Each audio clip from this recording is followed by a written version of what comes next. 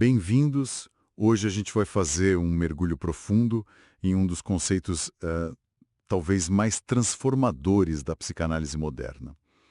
A teoria da continência, de Wilfred Bion. É uma daquelas ideias que realmente mudam o jogo, né? Totalmente.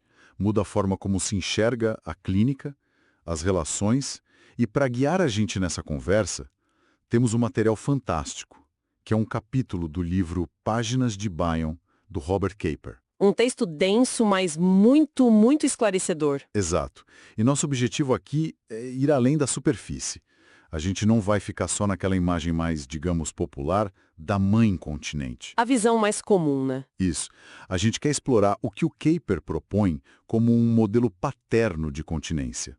E, o mais importante, tentar entender como tudo isso leva ao que seria o objetivo final da análise. A autocontenção. A capacidade de uma pessoa conter a si mesma. Exatamente. A ideia de continência é muitas vezes simplificada. Se pensa nela como uma função de acalmar, de dar alívio, e ela é isso também, mas não é só isso. Tem outra camada. Tem. Kapper nos convida a ver a outra face da moeda. A continência como um ato de resistência, sabe? De resiliência do analista quando ele está sob ataque. Interessante. Então, a gente vai começar nas fundações, lá em Melanie Klein, para entender de onde o Bion partiu e depois construir passo a passo essa visão mais completa. Perfeito.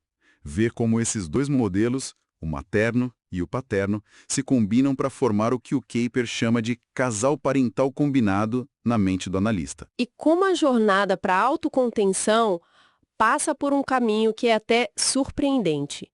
Envolve amor, gratidão e, claro, a dor de reconhecer a separação. Ok, parece que temos um bom caminho pela frente. Vamos começar a desvendar isso. Vamos lá. Então, para entender a revolução que Bion propõe, é impossível não começar por Melanie Klein. É ela quem prepara todo o terreno com essa ideia de um mundo interno, certo? Totalmente. A teoria do Bion não surge, assim, do nada. Ela é uma evolução direta, um desdobramento genial do trabalho da Klein. Ela planta a semente. Exato. Para Klein, o bebê, desde o comecinho da vida, não é uma lousa em branco. Ele está ativamente construindo um universo psíquico, um mundo interno. E como ele faz isso? Através da introjeção dos pais. Eles se tornam o que ela vai chamar de objetos internos. E é muito importante frisar que esses objetos internos não são tipo fotografias dos pais reais, né? De forma alguma. São versões fantasiadas, sabe? Distorcidas pelas próprias emoções e impulsos do bebê. Amor, ódio, agressividade, tudo isso tinge a forma como ele introjeta. Entendi. Klein descreveu um processo que não para, um equilíbrio de projeção e introjeção. O bebê joga para fora, projeta especialmente na mãe, sentimentos e partes de si mesmo que ele não consegue tolerar. E ao mesmo tempo... Ao mesmo tempo, ele introjeta, ele traz para dentro o mundo externo, que por sua vez já foi modificado por essas projeções. É uma via de mão dupla o tempo todo. Então, a mãe real, de fora, se torna uma mãe interna. Mas essa versão de dentro já está toda impregnada das ansiedades do bebê. Exatamente. A qualidade desses habitantes do mundo interno define tudo. A sensação de bem-estar ou de uma perseguição constante. Isso define a base da personalidade. Define a base. Klein era muito direta sobre isso. Quando o bebê sente que seu mundo interno está povoado por bons objetos, pais amorosos, nutritivos, ele vivencia segurança, confiança. É o alicerce da saúde mental. Perfeito. Mas quando ele sente que contém maus objetos, figuras persecutórias, destrutivas, a experiência de terror, de suspeita, uma ansiedade paranoide. E é esse bebê? É esse bebê, atormentado por fantasmas internos e precisando desesperadamente de uma mãe real, forte, para ajudá-lo a lidar com isso, que é o protótipo do paciente que Bion mais tarde vai descrever como alguém que precisa de continência. Ok, então Klein nos dá o mapa desse mundo interno, com as projeções e introjeções.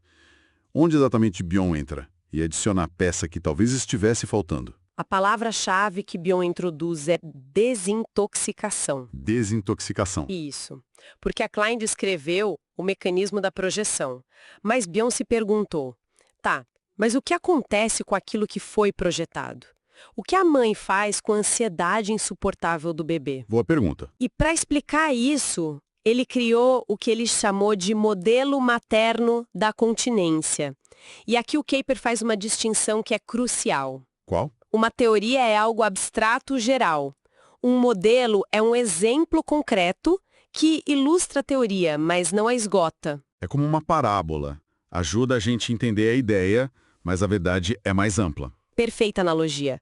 No modelo materno, a cena é a seguinte. O bebê, que representa o paciente, está sobrecarregado por um terror sem nome, uma dor que ele não consegue processar. Ele não dá conta. Não dá. Então ele projeta, ele evacua essa dor para dentro da mãe, o analista. Certo. A mãe, por sua vez, precisa entrar num estado mental que Bion poeticamente chamou de reverie. Reverie. Um devaneio. Um devaneio, uma capacidade de sonhar acordada. É uma abertura receptiva, sem julgamento. Nesse estado, ela acolhe a angústia bruta do bebê, usa a própria capacidade de pensar dela e processa aquilo. Ela meio que digere o terror. Exato. Ela digere o terror e devolve para o bebê de uma forma metabolizada, desintoxicada. E essa devolução na prática clínica seria o quê? A interpretação do analista, por exemplo? Exatamente. A interpretação que nomeia o afeto, que dá um sentido para aquela angústia. Parece que você está sentindo um terror de se despedaçar, por exemplo. O que era um pânico sem forma agora tem um nome. Pode ser pensado. Isso. Então, nesse modelo, a ênfase da continência está em duas funções: fornecer compreensão e, consequentemente, alívio. Certo, e essa é a visão mais popular da continência, né? A do analista empático, quase maternal, que acolhe e acalma.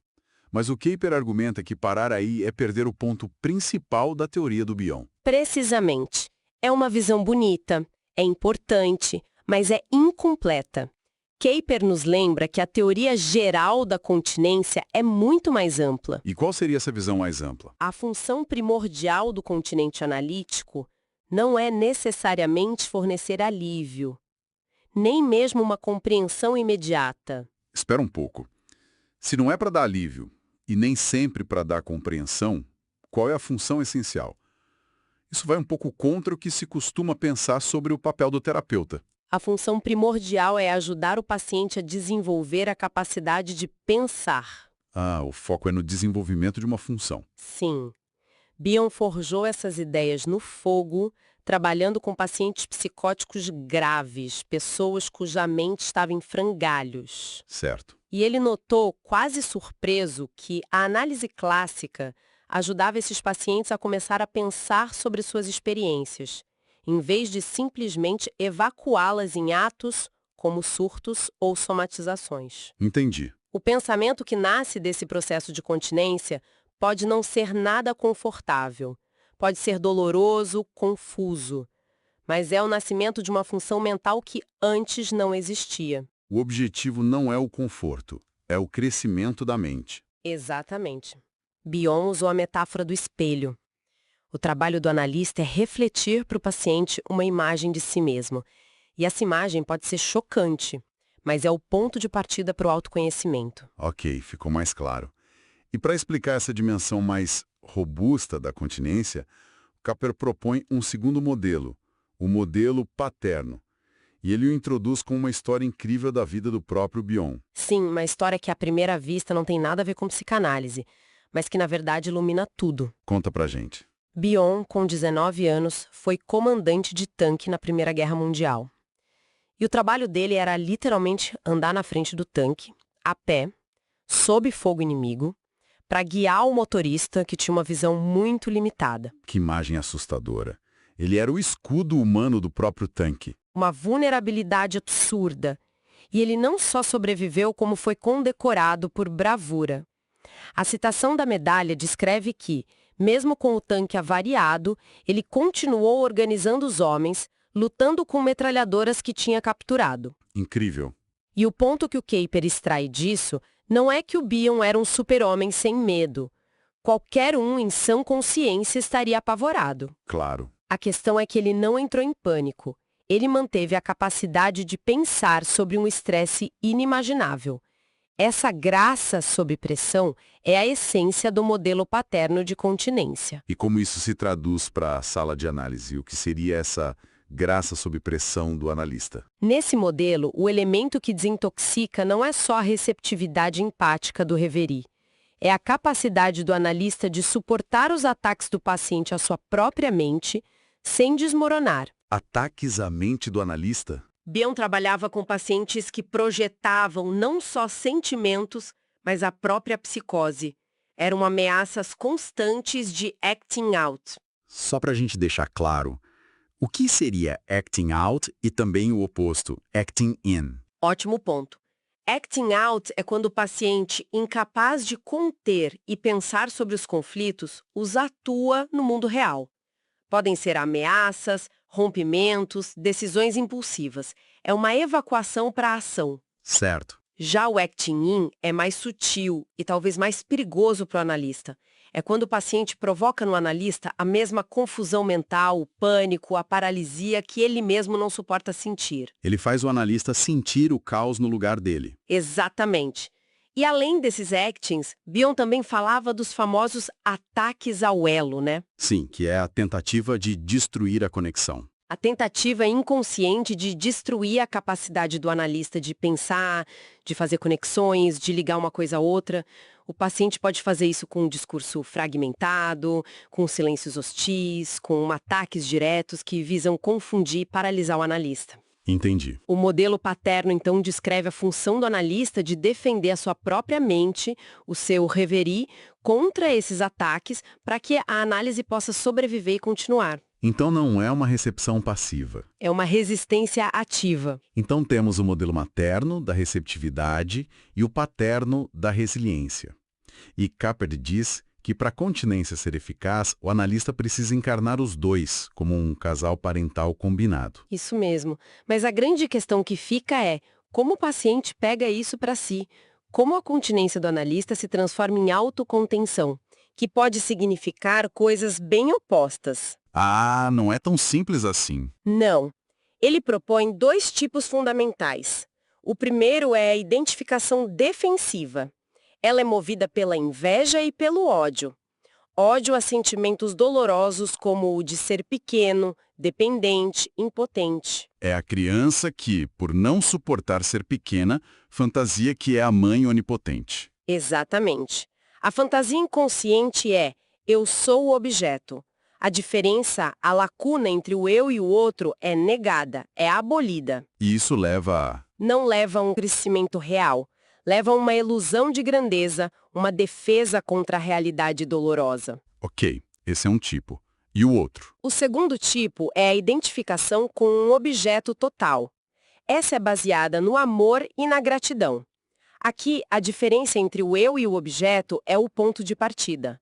Ela é reconhecida, aceita e até celebrada. A aspiração não é eu sou o objeto, mas Eu quero ser como o objeto. é a diferença entre fusão e inspiração. Perfeita definição. Uma leva à ilusão, a outra ao crescimento psicológico genuíno. E isso tem uma implicação enorme para a análise. Enorme e nos leva a uma conclusão paradoxal e belíssima do Capper. A autocontenção não nasce de uma fusão mágica com o analista. Pelo contrário, Ela surge de onde, então? ela só pode surgir quando o paciente consegue ver o analista como uma pessoa separada, um não-eu, e sentir amor e gratidão por essa figura que existe independentemente dele. Quer dizer que não é só o amor do analista pelo paciente que cura. É, crucialmente, o amor do paciente pelo analista continente que permite o desenvolvimento da sua própria capacidade de se conter. Isso é muito profundo. A verdadeira independência nasce não de negar a dependência, mas de amar a fonte da ajuda. Exato. O caso clínico que o Capper apresenta ilustra essa jornada de uma forma muito viva, não é? É um exemplo clínico brilhante. O caso de um paciente que passou os primeiros 2 anos e meio de análise preso numa crença inabalável. Qual era a crença? A de que o analista era frágil e sobrecarregado, exatamente como ele sentia que a mãe dele havia sido. E isso apareceu desde o primeiro momento? O sonho que ele teve antes da primeira sessão já dava todo o roteiro. Sim, o sonho era de uma clareza impressionante. Ele sonhou que chegava para a consulta e encontrava o analista exibindo tecidos que ele mesmo tinha desenhado para uma multidão. O analista precisava de admiração. Isso! Precisava da admiração de todos e o paciente se sentia obrigado a admirar também, mas ao mesmo tempo se sentia roubado da sua sessão. A fantasia estava posta. Eu não posso ser cuidado, eu preciso cuidar do meu analista frágil e narcisista. E por 2 anos e meio ele atuou isso nas sessões, sendo reticente, cauteloso. Exato, ele acreditava honestamente que ao não trazer seus problemas pesados, ele estava ajudando, estava protegendo o analista. E enquanto isso, Enquanto isso, o analista se sentia cada vez mais irritado, frustrado, impotente. Ele percebia que essa ajuda do paciente estava, na verdade, tornando o seu trabalho impossível. o paciente estava ativamente transformando-o na figura impotente que ele temia que o analista fosse. Era uma profecia autorrealizável. 2 anos e meio é muito tempo. Fico imaginando a frustração do analista. Como ele conseguiu quebrar esse padrão? Esse é o ponto delicado. A virada veio com o que Capper chama de interpretação mutativa. Uma daquelas intervenções que mudam o rumo de uma análise. E o que ele disse? Ele conta aqui com uma certa apreensão, porque ele sabia que seria um golpe para o paciente. Ele disse algo na linha de: eu sei que a sua intenção é me ajudar, mas você percebe que ao ficar em silêncio para me proteger, você está, na verdade, me amarrando as mãos, me ajudando a me tornar impotente. Uau! Direto no coração da fantasia. Qual foi a reação do paciente? Imediata e intensa. Muita raiva e muita dor. E essa reação foi a confirmação que o analista precisava. Confirmação de quê? Mostrou que a crença do paciente na fragilidade dele não era uma mera transferência do passado que ele podia analisar de forma distanciada, não. Era real para ele, no presente. Era uma certeza absoluta, uma realidade vivida no aqui e agora da sessão. A interpretação, ao contradizer essa certeza com a experiência real do analista, foi um choque de realidade. Rompeu o feitiço. E pela primeira vez. Pela primeira vez, o analista pôde emergir como um objeto inteiro, uma pessoa com uma mente própria, separada da projeção maciça do paciente. E quais foram os efeitos dessa ruptura a longo prazo? Foram transformadores. Passado o choque inicial, o paciente pôde, pela primeira vez, fazer o luto pelo tempo perdido na análise. Ele sentiu uma culpa genuína por ter inconscientemente sabotado o processo. E depois da culpa? E, o mais importante, ele começou a sentir gratidão e amor pelo analista, que agora estava reabilitado na mente dele como alguém forte, resiliente e capaz. A análise ganhou vida. A partir daí a análise decolou, o paciente começou a mostrar uma seriedade, uma capacidade de reflexão que o Capper identificou como os primeiros brotos da autocontenção. Ele estava começando a internalizar a função que antes só existia fora dele. Reconhecimento e a aceitação dessa lacuna, dessa separação fundamental entre o eu e o outro. Exatamente. A função materna do contato empático e a função paterna da barreira que estabelece a distinção são ambas indispensáveis. É como precisar de 2 pontos para se criar uma perspectiva. Sem essa separação, não há crescimento. Não há. O reconhecimento dessa lacuna permite que o paciente veja o analista como uma pessoa real e não só uma tela para suas projeções. E isso, por sua vez, é o que permite a entrada no que a Klein chamou de posição depressiva. Que, apesar do nome, é um marco do desenvolvimento saudável, certo? Sem dúvida. A posição depressiva não é depressão no sentido patológico. É a capacidade de ver os outros como pessoas inteiras, com qualidades boas e más. Certo. Sentir culpa pelos próprios impulsos destrutivos, de sentir gratidão e de ter o desejo de reparar os danos que causou. São os alicerces da moralidade e da saúde mental. Entendi. E Capper finaliza o capítulo com uma observação enigmática, mas muito poderosa de Bion. A parte sobre o pai na mente da mãe. Isso. Ao descrever a reverie materna, Bion diz quase de passagem que para que ela funcione, a mãe precisa amar não apenas o bebê, mas também o pai do bebê. E na situação analítica, o que isso simboliza? O pai na mente da mãe simboliza uma parte da mente do analista que não está totalmente imersa no paciente. É a lealdade do analista a outras coisas. A teoria, a verdade, a vida fora do consultório. Exatamente. É o que o impede de se fundir com o sofrimento do paciente, de se identificar completamente com ele. É o que mantém a lacuna, a fronteira. Faz sentido. É como um capitão de navio no meio de uma tempestade. Ele precisa sentir a força do mar, a urgência da situação do paciente, mas também precisa manter um olho no mapa e na bússola, que são a teoria, a técnica, a realidade. Se ele só olhar para as ondas, o navio afunda. O navio afunda. Essa lealdade a algo terceiro preserva a separação que é crucial. E por isso a dor que o paciente sente ao perceber que o analista tem uma vida própria, que a sessão acaba, que ele não é o centro do universo do analista, essa dor não é um sinal de falha na continência. Pelo contrário, pode ser o sinal mais claro de que ela está tendo sucesso. É essa dor, a dor da realidade, que abre o caminho para a verdadeira maturidade e independência. Que percurso! Saímos do mundo interno de Klein, passamos pela receptividade do modelo materno, enfrentamos a necessidade de resiliência do modelo paterno. E chegamos a essa ideia de que a autocontenção nasce do amor por um outro que a gente reconhece como fundamentalmente separado de nós. A análise, vista por essa lente, não visa criar um mundo sem dor ou frustração. De forma alguma, ela visa fortalecer a mente para que seja possível pensar sobre a dor em vez de ser aniquilado por ela. O objetivo não é abolir a separação, mas torná-la suportável e, por fim, criativa. Isso nos deixa com uma última provocação para pensar, que Kuyper lança no final. Ele sugere que talvez a resolução do complexo de Édipo não venha tanto da identificação com os pais. Que pode ser só mais uma defesa. Uma defesa contra a dor de vê-los como um casal, como uma vida da qual a criança está excluída.